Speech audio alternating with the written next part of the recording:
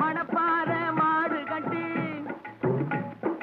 மாயவரம் ஏறு பூட்டி மணப்பாற மாடு கட்டி மாயவரம் ஏறு பூட்டி வயக்காட்ட உழுது போடு சின்ன கண்ணு பசும் தழைய போட்டு பாடுபடு செல்ல கண்ணு ஆத்தூரு கிச்சடி சம்பா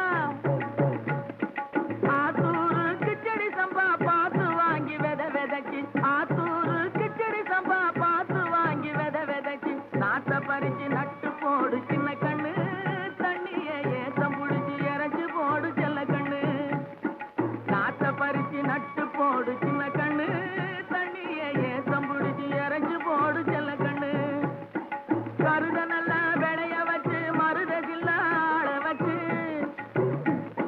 கருத நல்லா விளைய வச்சு மருத சில்லாட வச்சு அறுத்து போடு களத்து மேட்டில சின்ன கண்ணு நல்லா அடிச்சு தூக்கி அளந்து போடு செல்ல கண்ணு பொதிய ஏற்று வண்டியில பொள்ளாச்சி சந்தையிலே பொதிய ஏற்று வண்டியில பொள்ளாச்சி சந்தையிலே விருதுநகர் வியாபாரிக்கு சின்ன கண்ணு. வேளாண் பெருமக்களுக்கு அன்பு வணக்கம். இன்றைய பொன் விளையும் பூமி நிகழ்ச்சியில் முதலில் வருவது வேளாண் செய்திகள், வேளாண் ஆலோசனை நேரம், வேளாண் சந்தை நிலவரம், வேளாண் வானிலை மற்றும் வேளாண் தொழில்நுட்பம். இன்றைய வேளாண் தொழில்நுட்ப பகுதியில் வாத்து வளர்ப்பில் மேலாண்மை உத்திகள் குறித்து நாமக்கல் மாவட்டம் கால்நடை மருத்துவக் கல்லூரி மற்றும் ஆராய்ச்சி நிலைய உதவி பேராசிரியர் டாக்டர் வி. உமா அவர்கள் தரும் தகவல்கள். இனி வருவது வேளாண் செய்திகள்.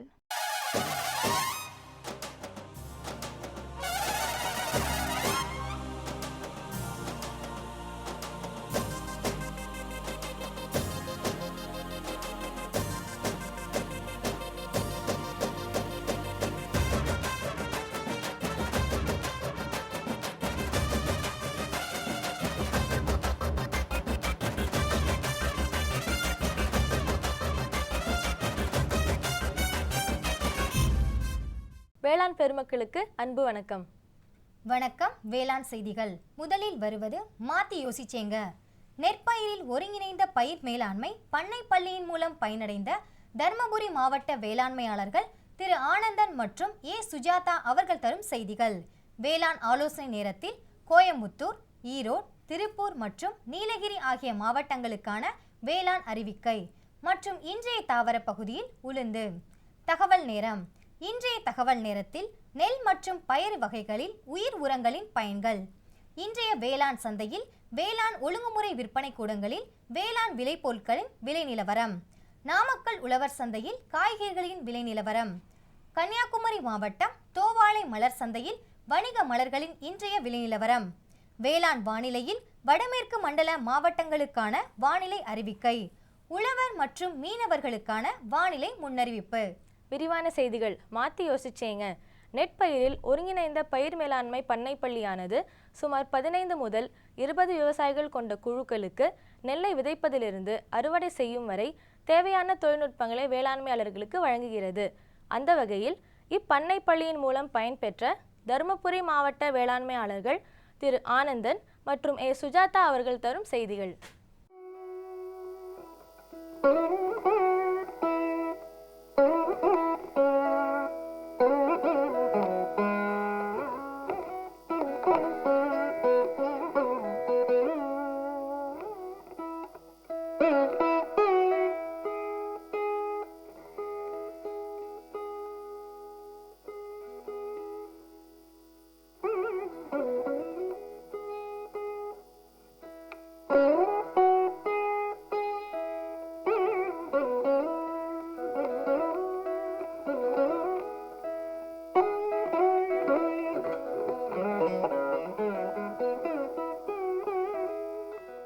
சார் வணக்கம், உங்கள் பேர்? ஆனந்தன் சார், பழைய தருமபுரி சேர்ந்த விவசாயி. எனக்கு இங்கே 2.5 ஏக்கர் நிலம் உள்ளது. இதில் நெல் பயிர் செஞ்சுருக்கோம். அது நெற்பயிரில் ஒருங்கிணைப்பு பயிர் பாதுகாப்பு மேலாண்மை மூலமாக ஆத்ம திட்டத்தின் மூலமாகவும் இங்கே பயிர் நட்டுருக்குறோம். இந்த வகுப்புக்கு வந்திருக்கிறீங்களா? ஆமாம். இதில் என்ன நீங்கள் கற்றுக்கிட்டீங்க? இதில் நெற்பயிரில் நாற்று விடுறதுலேருந்து நெல் அறுவடை வரையும் இயற்கை முறையில் பயிர் எப்படி செய்கிறது, பூச்சிக்கொல்லி எப்படி பண்ணுறது, விதை பொதுவாக எல்லாருக்கும் உங்களுக்கு என்ன எனக்கு அதுதான் இது வந்து புதுவிதமான அதில் இது மாமூலாக முறையாக செய்கிறத விட இது வந்து புதுவிதமாக சொல்லி கொடுத்தாங்க எங்களுக்கு. அந்த பூச்சி வந்து நன்மை செய்யும் பூச்சி எது, தீமை செய்ய பூச்சி எது, அதிகமாக இருக்கா கம்மியாக இருக்கா, பண்ணை பள்ளி அதை பார்த்து 25 விவசாயிகள் சேர்ந்து இங்கே ஒரு பள்ளி நடத்துகிறோம். இதுக்கு வந்து என்னுடைய நிலத்தில் 2.5 ஏக்கர் நிலத்தில் நெல்பயிர் செஞ்சுருக்கோம். இதில் வந்து பயிரினுடைய நெல் பயிரினுடைய முறைகள் எல்லாம் தெரிஞ்சுக்கிட்டோம். இப்போ தமிழ்நாடு அரசனுடைய வேளாண்மை துறையும் நீங்களும் சேர்ந்து செய்கிறோம். சரி.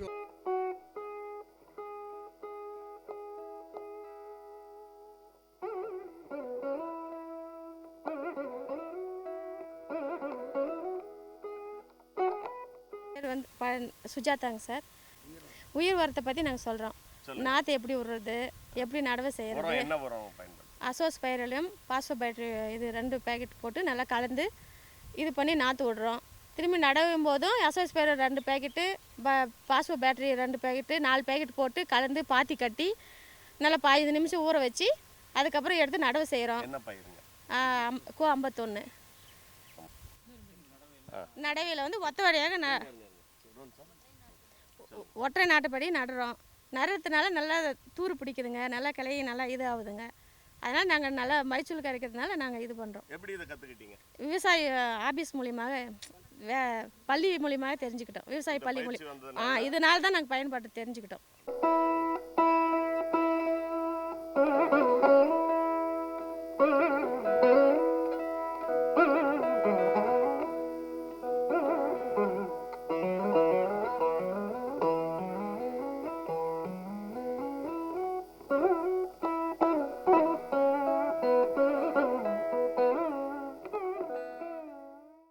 வருவது வேளாண் ஆலோசனை நேரம்.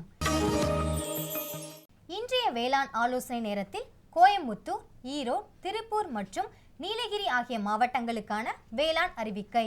மிதமான மழையுடன் மணிக்கு 19 கிலோமீட்டருக்கு மேல் வேகமான காற்றும் எதிர்பார்க்கப்படுவதால் 5 மாதத்திற்கு மேல் வயதுடைய வாழைகளுக்கு ஊன்று கொடுக்கவும். தொடர்ந்த மேகமூட்டம் காரணமாக கோடைக்கால இரவை பருத்தியில் பூ உதிர்வை தடுத்து காய் பிடித்தலை அதிகரிக்க NAA என்ற வளர்ச்சி ஊக்கி 40 மில்லிகிராமை 1 லிட்டர் தண்ணீரில் கலந்து தெளிக்கவும். குறுவை நெல் நாற்றங்கால் தயாரிப்பதற்கு இது உகந்த தருணமாகும். எனவே போதுமான தண்ணீர் வசதியுள்ள விவசாயிகள் நாற்றங்கால் தயாரித்து விதைப்பு செய்யலாம். கடந்த வார மற்றும் வரும் நாட்களின் மழையினை பயன்படுத்தி பசுந்தாள் உரப்பயிர்களை உழுத வயல்களில் விதைக்கவும். எதிர்பார்க்கப்படும் மழையினால் தற்போது நடப்பட்ட மஞ்சள் கிழங்குகள் அழுகிவிடாமல் தவிர்க்க போதிய வடிகால் வசதி ஏற்படுத்தவும். தொடரும் வேளாண் ஆலோசனை நேரத்தில் இன்றைய தாவர பகுதியில் உளுந்து. பயிரிட ஏற்ற ரகங்கள் வம்பன் 1, வம்பன் 2, TMV 1, கோ 5. விதை நேர்த்தி 1 கிலோ விதைக்கு ட்ரைகோடோமா விரிடி 4 கிராம் அல்லது சூடோமோனாஸ் 10 கிராம் கொண்டு விதை நேர்த்தி செய்யவும். விதைத்தல் விதைகளை 30க்கு 10 சென்டிமீட்டர் இடைவெளியில் விதைக்க வேண்டும். உரமிடுதல் விதைப்பதற்கு முன் அடியுரமாக மானாவாரி பயிராக இருந்தால் 1 ஹெக்டேருக்கு 12.5 கிலோ தழைச்சத்து, 25 கிலோ மணிச்சத்து, 12.5 கிலோ சாம்பல் சத்து மற்றும் 10 கிலோ கந்தக சத்து இட வேண்டும். இரவை பயிராக இருந்தால் 1 ஹெக்டேருக்கு 25 கிலோ தழைச்சத்து, 25 கிலோ மணிச்சத்து, 12.5 கிலோ சாம்பல் சத்து மற்றும் 10 கிலோ கந்தக சத்து இட வேண்டும். அறுவடை செய்தல் முதிர்ந்த காய்களை பயிர்த்து உலர வேண்டும். ஆகவே வேளாண்மையாளர்கள் உளுந்தினை பயிர் செய்து பயனடையுமாறு கேட்டுக்கொள்ளப்படுகிறார்கள். மேலும் விவரங்கள் பெற www.agritech.tnau.ac.in என்ற இணையதளத்தை பார்க்கவும். இனி வருவது தகவல் நேரம். இன்றைய தகவல் நேரத்தில் நெல் மற்றும் பயிர் வகைகளில் உயிர் உரங்களின் பயன்கள், வேளாண்மையில் பயன்படுத்தப்படும் வேதிப்பொருட்கள், ரசாயன உரங்கள், பூச்சி மருந்துகள் போன்றவை மண்ணில் உள்ள நுண்ணுயிர்கள் மற்றும் என்சைம்களின் செயல்திறனை குறைக்கிறது. இதனால் மண்ணில் உயர்தன்மை குறைகிறது. இதனை தடுக்க தற்பொழுது வேளாண்மையாளர்கள் அதிக அளவு இயற்கை விவசாயத்தில் உபயோகிக்கப்படும் உயிர் உரங்களையே நம்பியுள்ளனர். அசோஸ் பைரிலம், பாஸ்போபாக்டீரியம், ரைசோபியம், அசோலா ஆகியன இயற்கை விவசாயத்தில் உயிர் உரங்களாக பயன்படுத்தப்படுகிறது. அசோஸ் பைரிலம் என்பது தழைச்சத்தை கொடுக்கக்கூடிய ஓர் உயிர் உரமாகும். இது அசோஸ் பைரிலம் லிப்போபோரம் என்ற நுண்ணுயிரிலிருந்து தயாரிக்கப்படுகிறது. இதை ஆய்வகத்தில் வளர்த்து பின்பு பாக்கெட்டுகள் தயாரிக்கப்படுகின்றன. இது தாவர வேர்கள் நீளமாக அடர்த்தியாக வளர உதவும். பாஸ்போபாக்டீரியம் என்பது மணிச்சத்தை கொடுக்கக்கூடிய ஓர் நுண்ணுயிர் கலவை. மண்ணில் பாஸ்பரஸ் எளிதில் கிடைக்கக்கூடிய முறையில் இருக்காமல் ராக்போஸ்பேட் என்ற கூட்டுப் பொருளாக இருக்கும். இந்த நுண்ணுயிர்கள் வினையூக்கிகளை சுரந்து மண்ணில் உள்ள மணிச்சத்தை தாவரம் எளிதில் எடுத்துக்கொள்ளும் வகையில் மாற்றுகிறது. ரைசோபியம் என்பது தழைச்சத்தை கொடுக்கக்கூடிய ஓர் உயிர் உரம். இது பொதுவாக பயறு வகைகளுக்கு பரிந்துரை செய்யப்படுகிறது. அசோலா என்பது பச்சையம் நிறைந்த தாவர வகை உயிரினம். இது நீலப்பச்சை பாசியுடன் சேர்ந்து வளிமண்டலத்திலுள்ள தழைச்சத்தை நிலைநிறுத்தி தாவரங்களுக்கு கொடுக்கிறது. அசோலாவில் 30% புரதம், 15% தாது உப்புக்கள், 10% வைட்டமின்கள் அடங்கியுள்ளது. எனவே நெற்பயிருக்கு சிறந்த இயற்கை உரமாக பயன்படுகிறது. மேலும் இதில் அதிக தழைச்சத்து இருப்பதால் எரிவாயு தயாரிக்க பயன்படுகிறது. ஆகவே வேளாண்மையாளர்கள் உயிர் உரங்களை வேளாண்மையில் பயன்படுத்தி அதிக மகசூலை பெறுமாறு கேட்டுக்கொள்ளப்படுகிறார்கள். விளம்பர இடைவேளைக்கு பிறகு வேளாண் செய்திகள் தொடரும். சரிங்க சரிங்க. இவ்ளோ நேரம் சிரிச்சு யார்கிட்ட பேசிட்டு இருந்தீங்க?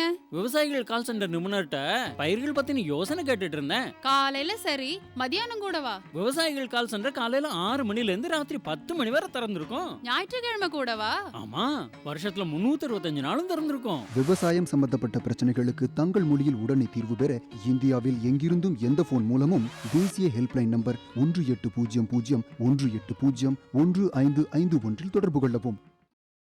இனி வருவது வேளாண் சந்தை.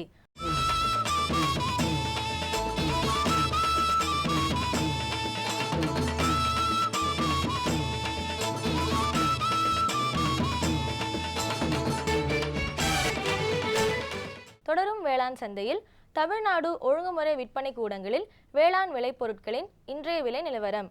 குவிண்டாலுக்கு கம்பு இதர ரகம் கெங்கவல்லியில் 2000 ரூபாய் முதல் 2200 ரூபாய் வரையிலும், தேனியில் 1860 ரூபாய் முதல் 1920 ரூபாய் வரையிலும், மக்காச்சோளம் இதர ரகம் காரமடையில் 1500 ரூபாய் முதல் 1700 ரூபாய் வரையிலும், சின்ன சேலத்தில் குறைந்தபட்ச மற்றும் அதிகபட்ச விலையாக 1377 ரூபாய் வரையிலும், நெல் ஏடிடி 36 மேலூரில் 1700 ரூபாய் முதல் 1800 ரூபாய் வரையிலும், கமுதியில் 1450 ரூபாய் முதல் 1550 ரூபாய் வரையிலும், நெல் ஏ பொன்னி தேசூரில் 1704 ரூபாய் முதல் 2017 ரூபாய் வரையிலும், ஆரணியில் 1657 ரூபாய் முதல் 1676 ரூபாய் வரையிலும், நெல் பிபிடி ஒரத்தநாடில் 1968 ரூபாய் முதல் 2000 ரூபாய் வரையிலும், தஞ்சாவூரில் 1995 ரூபாய் முதல் 2135 ரூபாய் வரையிலும், நெல் கோ 43 உசிலம்பட்டியில் 1600 ரூபாய் முதல் 1700 ரூபாய் வரையிலும், முந்திரி இதர ரகம் ஆண்டிமடத்தில் 8500 ரூபாய் முதல் 9000 ரூபாய் வரையிலும், தேங்காய் இதர ரகம் கம்பத்தில் 1250 ரூபாய் முதல் 1350 ரூபாய் வரையிலும், அன்னூரில் 2300 ரூபாய் முதல் 2500 ரூபாய் வரையிலும், மணிலா இதர ரகம் கரூரில் 4200 ரூபாய் முதல் 4400 ரூபாய் வரையிலும், செஞ்சியில் 5369 ரூபாய் முதல் 6069 ரூபாய் வரையிலும், மஞ்சள் விரலி ஈரோடில் 4899 ரூபாய் முதல் 7379 ரூபாய் வரையிலும், கோயம்புத்தூரில் 7039 ரூபாய் முதல் 7304 ரூபாய் வரையிலும் விற்பனை செய்யப்பட்டது. நாமக்கல் உழவர் சந்தையில் காய்கறிகளின் இன்றைய விலை நிலவரம்.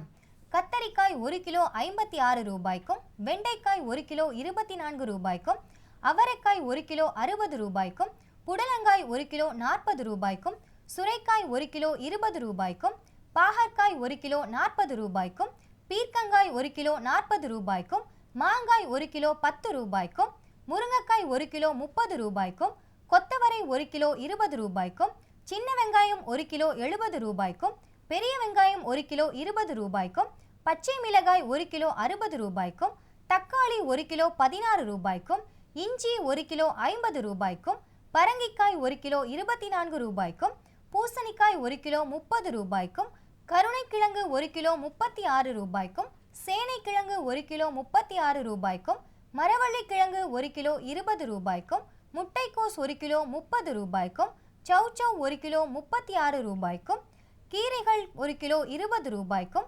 கறிவேப்பிள்ளை 1 கிலோ 20 ரூபாய்க்கும், கொத்தமல்லி கட்டு ஒன்று 20 ரூபாய்க்கும், புதினா கட்டு ஒன்று 20 ரூபாய்க்கும் விற்பனை செய்யப்பட்டது. கன்னியாகுமரி மாவட்டம் தோவாளை மலர் சந்தையில் வணிக மலர்களின் இன்றைய விலை நிலவரம். கத்திரி ரோஸ் 20 பூக்கள் கொண்ட பாக்கெட் விலை 20 ரூபாய்க்கும், மல்லிகை 1 கிலோ 300 ரூபாய்க்கும், முல்லை 1 கிலோ 500 ரூபாய்க்கும், கனகாம்பரம் 1 கிலோ 200 ரூபாய்க்கும், செண்டுமல்லி 1 கிலோ 50 ரூபாய்க்கும், வாடாமல்லி 1 கிலோ 40 ரூபாய்க்கும், பட்டன் ரோஸ் 1 கிலோ 100 ரூபாய்க்கும், துளசி 1 கிலோ 20 ரூபாய்க்கும், சம்பங்கி 1 கிலோ 60 ரூபாய்க்கும், அரளி 1 கிலோ 40 ரூபாய்க்கும், சாமந்தி 1 கிலோ 100 ரூபாய்க்கும், காக்கடா 1 கிலோ 200 ரூபாய்க்கும், கோழிக்கொண்டை 1 கிலோ 40 ரூபாய்க்கும், விரிச்சிப்பூ 1 கிலோ 200 ரூபாய்க்கும் விற்பனை செய்யப்பட்டது. இனி தொடர்வது வேளாண் வானிலை.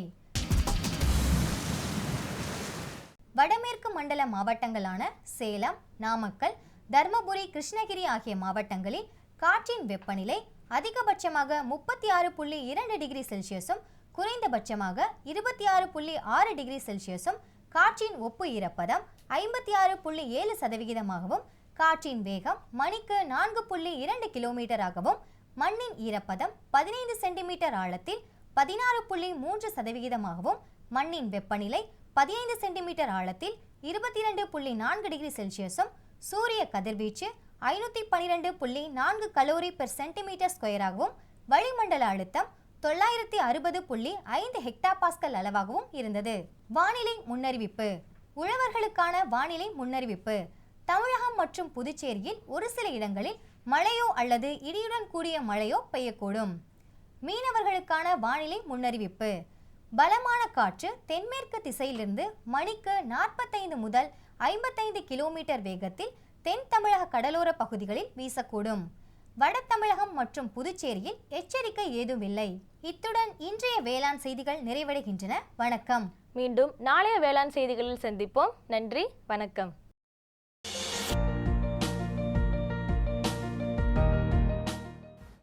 வேம்பு கலந்த யூரியா. சிறந்த உற்பத்திக்காக வேம்பு கலந்த யூரியா நம் நாட்டிலேயே 70 லட்சம் டன்னாக அதிகரிக்க 6 ஆலைகள் சீரமைக்கப்படுகின்றன. FCIL-இன் கோரக்பூர், சித்ரி, தல்ச்சர் மற்றும் ராமகுண்டம் ஆலைகள், HFCL-இன் பரௌனி மற்றும் BVFCL-இன் நாமருல் போர்ட் ஆகியன. பழம் நழுவி பாலில் விழுந்தது போல இப்பொழுது நம் நாட்டிலேயே வேம்பு கலந்த யூரியா உற்பத்தி செய்யப்படும். இதனால் விவசாயிகளுக்கு நன்மையே விளையும். 10% வரை தானிய உற்பத்தி அதிகரிக்கும். மண்ணில் 10 to 15% நைட்ரஜன் திறன் அதிகரிக்கும். சிறந்த உற்பத்திக்கு வேம்பு கலந்த யூரியா.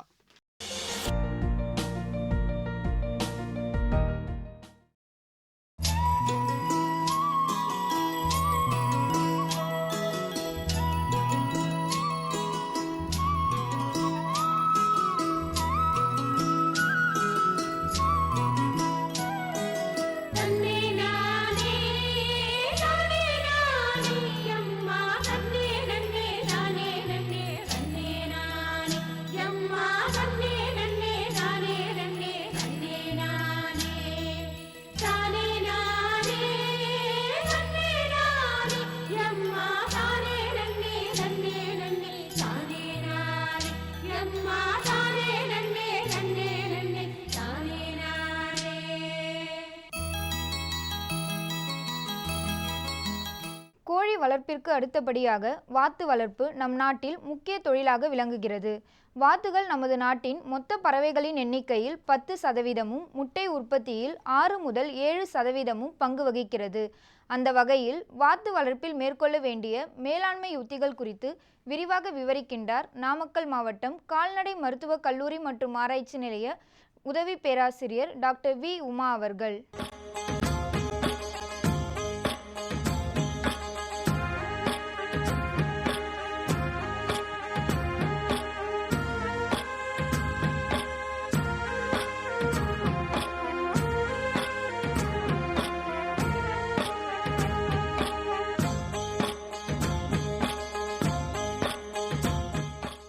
வாத்து வளர்ப்பும் அதோட மேலாண்மை உத்திகளை பற்றியும் நம்ம இப்போ பார்க்க போகிறோம்.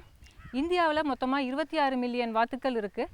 அதாவது இந்தியாவில் இருக்கிற மொத்த வளர்ப்பு பறவை இனத்தில் 3% வாத்துக்கள் தான். இந்தியாவில் மேற்கு வங்காளம், ஒடிசா, தெலுங்கானா, தமிழ்நாடு, கேரளா, கர்நாடகா போன்ற கடலோர மாவட்டங்களில் வாத்து வளர்ப்பு நல்லா பிரசித்தி பெற்றிருக்கு. அது மட்டும் இல்லாமல் நம்ம வடகிழக்கு மாநிலமான அஸ்ஸாம்லேயும் வாத்து வளர்ப்புங்கிறது நல்லா பிரசித்தி பெற்றிருக்கு. குறிப்பாக இப்போ தமிழ்நாட்டில் பார்த்தோம் அப்படின்னா வாத்து வளர்ப்புங்கிறது ஒரு பரம்பரை தொழிலாக தான் செய்யப்பட்டு வருது. தமிழ்நாட்டில் எந்த மாதிரி இனங்கள் வாத்துக்களை வளர்க்குறாங்க அப்படின்னு பார்த்தோம்னா சன்னியாசி இன வாத்துக்கள், கீரி வாத்து, ஆரணி வாத்து அப்படிங்கிறது தான் அதிகமாக வளர்த்துறாங்க. இதில் சன்னியாசி இன வாத்துக்கள் தான் பெரும்பாலான மக்கள் வளர்த்து வராங்க. சன்னியாசி இன வாத்து அப்படின்னா அதுக்கு பேருக்கு ஏற்ற மாதிரியே அந்த வாத்துக்கள் எல்லாம் காவி நிறத்தில் இருக்குது. அது மட்டும் இல்லாமல் சில விவசாய பெருமக்கள் என்ன பண்ணுறாங்க அப்படின்னா வெளிநாட்டு இனங்களான காக்கி கேம்பல் மற்றும் இந்தியன் ரன்னரை வளர்த்துறாங்க. இதை முட்டைக்காக பயன்படுத்தலாம். காக்கி கேம்பல் அப்படிங்கிற இனம் வருஷத்துக்கு 300 முட்டை வரை இடும். இந்தியன் ரன்னர் அப்படிங்கிற இனம் வருஷத்துக்கு 200 to 220 முட்டை வரை இடும். இப்போது அந்த இறைச்சி இனமான வெள்ளை பெக்கின் மற்றும் எயில்ஸ்பெரியும் சில விவசாய பெருமக்கள் வளர்த்திட்டு வர்றாங்க. வெள்ளை பெக்கின் அப்படிங்கிறது 45 நாளில் 2 to 2.5 கிலோ எடை வரை இருக்கும்.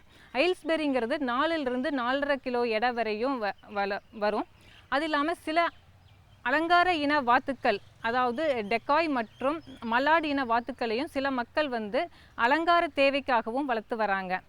இனப்பெருக்க முறை அப்படின்னு பார்த்தோம்னா ஒரு ஆண் வாத்துக்கு 6 பெண் வாத்துக்கள், 6 to 8 பெண் வாத்துக்கள் வரை நம்ம விடலாம். இப்போ 6 to 8 பெண் வாத்துக்கள் வரை விட்டுட்டு 10 நாளைக்கு அப்புறம் சேகரிக்கிற முட்டையை தான் நம்ம பெருக்கத்துக்காக பயன்படுத்தணும். இந்த மாதிரி சேகரித்த முட்டைகளை குஞ்சு பொரிப்பானில் வச்சோ வேறு ஏதாவது நாட்டுக்கோழியில் அடக்காக்கிற கோழியில் வச்சோ குஞ்சுகளை பொரிச்செடுத்து அந்த வாத்து குஞ்சுகளை நம்ம உபயோகப்படுத்திக்கலாம். இப்போ குஞ்சுகளை எப்படி பராமரிக்கிறது அப்படின்னு பார்த்தோம்னா முதல் நாளில் குஞ்சுகளுக்கு எந்த தீவனமும் தேவையில்லை. ஆனால் 2வது நாள்லேருந்து 5வது நாள் வரைக்கும் அரைச்ச அரிசி மாவை தண்ணியில் கலந்து வாத்து குஞ்சுகளுக்கு தீவனமாக கொடுக்கலாம். அதுக்கப்புறம் வேக வச்ச அரிசி, உடைக்கப்பட்ட கோதுமை, கம்பு, சோளம் இதை வாத்து குஞ்சுங்களுக்கு தீவனமாக கொடுக்கலாம். வாத்துகளை பொதுவாக நம்ம மித தீவிர முறையிலையோ தீவிர முறையிலையோ மேய்ச்சல் முறையிலையோ வளர்த்தலாம். மேய்ச்சல் முறை தான் தமிழ்நாட்டில் பரவலாக பயன்படுத்தப்பட்டு வர முறை. மேய்ச்சல் முறை அப்படிங்கிறது வாத்துக்களை 100 கணக்குலேயோ 1000 கணக்குலேயோ கூட்டமாக எந்தெந்த இடத்துல விவசாய அதாவது நெல் அறுவடை பண்ணினதுக்கப்புறம் அந்த விவசாய நிலத்துக்கு வாத்துக்களை ஓட்டி போயிட்டு இரவில் மட்டும் பட்டி போட்டு வளர்த்துறதுக்கு பேர் தான் மேய்ச்சல் முறைன்னு சொல்கிறோம். மித தீவிர முறை அப்படிங்கிறது ஒருங்கிணைந்த வாத்து வளர்ப்பு முறை. ஒருங்கிணைந்த அப்படின்னா நெல் வயலில் கூட வாத்து வளர்ப்பையோ மீன் குளத்தில் வாத்து வளர்ப்பையோ தென்னந்தோப்புக்கு இடையில மீனை வளர்த்து அது கூட வாத்தையோ நம்ம வளர்க்கலாம். இப்போ நெல் வயலில் அப்படின்னு பார்த்தோம்னா 1 ஏக்கர் நெல் வயலுக்கு 100 to 120 வாத்து வரை வளர்க்கலாம். இதில் என்ன லாபம் அப்படின்னு பார்த்தோம்னா நெல்லுக்கு இடையில இந்த வாத்துக்கள் போகிறதுனால நெல்லோட உற்பத்தி திறன் அதிகரிக்குது. அது எப்படின்னு பார்த்தீங்கன்னா இந்த வாத்துக்கள் இடையில போகிறதுனால அதோட வேர்பிடி திறன் அதிகமாகிறதுனால நெல்லோட உற்பத்தி அதிகமாகுது. அது மட்டும் இல்லாமல் நெல் வயலுக்கு இடையில இருக்கிற களையும் அதில் இருக்கிற பூச்சிகளையும் இந்த வாத்துக்கள் தீவனமாக சாப்பிட்ருது. அதனால் நமக்கு களை எடுக்க வேண்டிய செலவும் கம்மியாகுது, பூச்சிகளை கட்டுப்படுத்த வேண்டிய செலவும் கம்மியாகுது. இப்போ மீன் குளத்தில் நம்ம எப்படி வாத்தை விடுறப்போ 1 ஏக்கர் குளத்துக்கு 80 to 100 வாத்துக்கள் வரை விடலாம். ஆனால் இதில் நம்ம முக்கியமாக கவனிக்க வேண்டிய விஷயம் என்ன அப்படின்னா மீன் குஞ்சு 10 சென்டிமீட்டராவது வளர்ந்துருக்கணும். அதுக்கப்புறம் தான் இந்த வாத்துக்களை அந்த குளத்தில் விடணும். அதுக்கு முன்னாடி விட்டுட்டோம் அப்படின்னா அந்த குஞ்சுகளையே இந்த வாத்துக்கள் சாப்பிட்ரும். 10 சென்டிமீட்டருக்கு மேலே வளர்ந்ததுக்கப்புறம் இந்த வாத்துக்கள் அந்த மீன் குஞ்சுகளை சாப்பிடாது. அதில் இருக்கிற மற்ற சிறு பூச்சிகளையோ மற்ற தவளைகளையோ சாப்பிட்டு அது தீவனமாக எடுத்து வாத்தும் வளர்ந்துக்கும், மீனும் வளர்ந்துக்கும். இது ஒருங்கிணைப்பு முறையில் வளர்த்துறதுனால நமக்கு கிடைக்கிற லாபங்கள். இப்போ தீவிர முறை அப்படின்னு பார்த்தோம்னா தீவிர முறையில் வாத்துக்களை ஆள்கூள முறையில் தான் வளர்த்தணும். ஆள்கூள முறையில் வளர்த்துறப்போ நம்ம முக்கியமாக கவனிக்க வேண்டியது என்ன அப்படின்னா தரை எப்பவுமே தண்ணியை உறிஞ்சக்கூடிய தன்மை இருக்கணும். ஏன்னா வாத்தோட எச்சத்தில் நீர்த்தன்மை அதிகமாக இருக்கிறதுனால அந்த தரை தண்ணீரை உறிஞ்சினா மட்டும்தான் தரை சுத்தமாக இருக்கும். அப்படி இல்லைன்னா அந்த தரையில் தண்ணி தேங்கி அதிலிருந்து வர்ற நோய்கள் ரொம்ப அதிகமாக இருக்கும். இப்போ வாத்துகளுக்கு தேவையான கொட்டகையை பற்றி இப்போ நம்ம பார்ப்போம். கோழிகளுக்கு தேவையான மாதிரி வாத்துகளுக்கு அதிகமாக கொட்டகைக்கு நம்ம பணம் செலவு செய்ய தேவையில்லை. எந்த மாதிரி கொட்டகைகள் தேவை அப்படின்னு பார்த்தோம்னா, நல்ல காற்றோட்டமாகவும் எலி தொல்லைகள் மற்ற மிருகங்கள் தொல்லைகள் இல்லாத இடம் மட்டும் இருந்தால் போதும். அதாவது ஒரு திறந்த வெளிக்கு பக்கத்தில் ஒரு சின்ன கொட்டகை, அந்த கொட்டகையோட கூரை வந்து அரைவட்டமாகவோ கூடாரமாகவோ இருந்தாலே போதுமானது. அதாவது ஒரு மரப்பட்டியை வந்து பட்டி மாதிரி அமைச்சு அதுக்கிடையில் ராத்திரி வந்து வாத்துக்களை அடைச்சி வச்சுட்டு பகலில் மேய விட்டாவே இந்த மாதிரி கொட்டகை முறையே வந்து வாத்து வளர்ப்புக்கு மிகவும் உசிதமானது. இப்போ வந்து வாத்துக்களை எந்த மாதிரி நோய்கள் வந்து தாக்கும் அப்படின்னு பார்த்தோம்னா, மொத்தமாக 3 நோய்கள் வந்து வாத்து தாக்குறதுல முக்கியமானது. ஒன்று வந்து வாத்து பிளேக், இன்னொன்று வாத்து காலரா, இன்னொன்று வந்து பூஞ்சை நோய். வாத்து பிளேக் அப்படிங்கிற அந்த பேரை கேட்டாவே நமக்கு தெரியும், அந்த வந்துருச்சுன்னா அந்த வாத்து கூட்டமே வந்து இறந்துரும். இப்போ வாத்து பிளேக் வந்ததுக்கு அப்புறம் அதை வந்து நம்ம எந்த முறையிலையும் சிகிச்சை அளிக்க முடியாது.